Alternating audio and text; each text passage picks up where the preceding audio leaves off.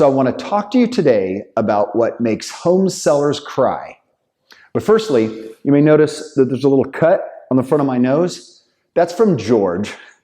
Here's a picture of George. He's my 13-week-old Weimaraner puppy. So a recent study showed that 36% of homeowners cry at some point during the escrow when selling their home. 20% of those cried more than 5 times. So doing the math, that means 7 out of 100 home sellers on a typical 30-day escrow cried more than once a week. And that's nuts. It's my contention, and this is what I'm going to talk about today, is that those home sellers didn't adequately prepare for, or maybe they didn't even know of, the 5 challenges that every single home seller has. Let's talk about them. Seller challenge number 1, time versus money. So what's more important to you, time or money? Do you want your house under contract right now? Do you have a little bit of time to wait? Do you want to wait as long as it will take to get the money that you want? That's an important question to understand. The way I always put it to a client is like this, is let's say you get an offer. Would you be willing to wait 30 more days for $10,000 or $15,000 more? Or $20,000 more, or whatever it is? If you're not willing to wait for it, time is more important.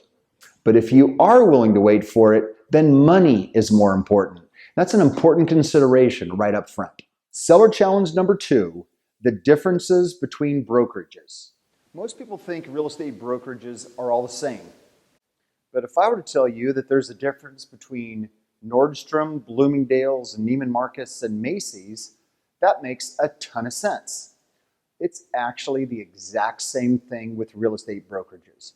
Here in Orange County, whether it's Compass or Arbor or Coldwell Banker or Keller Williams or Berkshire Hathaway or First Team or Tarbell or Remax or whoever, they all have slightly different focuses. Is the brokerage that you're thinking about focused on getting buyers? That is what you want as a seller. On the other hand, are they focused on getting new listings? That can actually hurt you. A company that's great at generating new listings might just be more competition for you. Or, like a lot of those that are all publicly traded companies, are they just focused on getting more agents and building revenue? Is their focus on what you need as a home seller?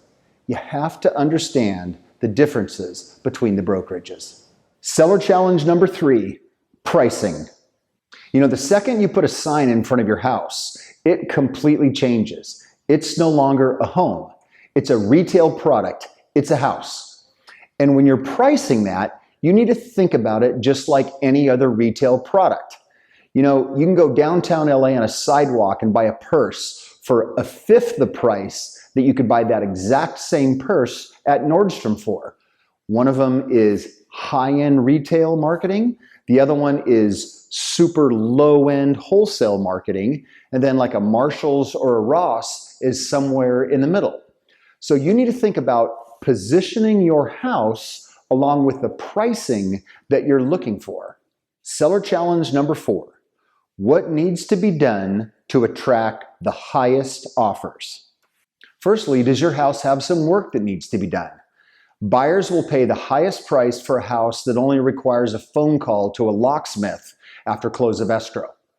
Also, are you offering a substantial commission to the buyer's agent to attract interest and motivation from the buyer's agent community? Is your house staged professionally? Does it look like a retail product, or does it look like something that was pulled off a bargain basement somewhere? Take a look at a new home builder tract.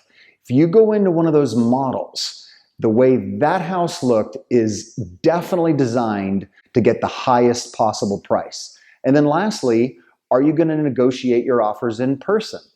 If you're just looking for an anonymous emailed offer, as opposed to one where you sit down across the table from a buyer, your offers are not going to be as high.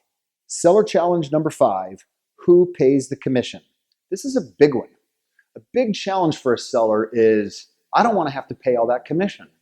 But I would suggest that that's a misunderstanding of the process. The shoes that I'm wearing right now, I bought at Nordstrom, paid $200 for them on sale, and I know that at Nordstrom, the commission went to the sales guy and it was equal to 10% of what I paid for the shoes. Now, in a sense, Nordstrom paid the commission because the check came from Nordstrom, but it was actually me. I'm the one that gave them the $200 out of which they paid the commission. Same thing when you went and bought a car. Think about the last time you went to a car dealership. That sales guy that helped you, he got a commission. Now, was that paid for by the car dealership? Kind of. The check came from them, but it was you that paid the commission. You're the one that gave them the money. The same thing happens in a real estate transaction. It's the buyer that pays the commission. It actually doesn't cost you anything.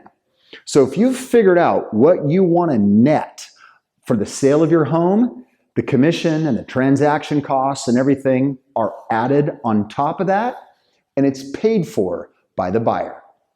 In a sense, what you're doing with buyer's agent commission is you're taking the buyer's money and you're turning around and giving it back to their agent as an incentive to help you put a deal together. That's the way you need to look at commission.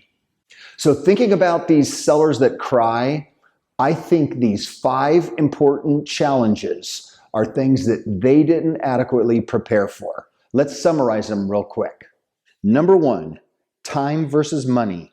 Number 2, the differences between brokerage. Number 3, pricing, wholesale versus retail. Number 4, the improvements, changes, fixes, and strategies to attract the best and highest offer. And number 5, who pays the commission?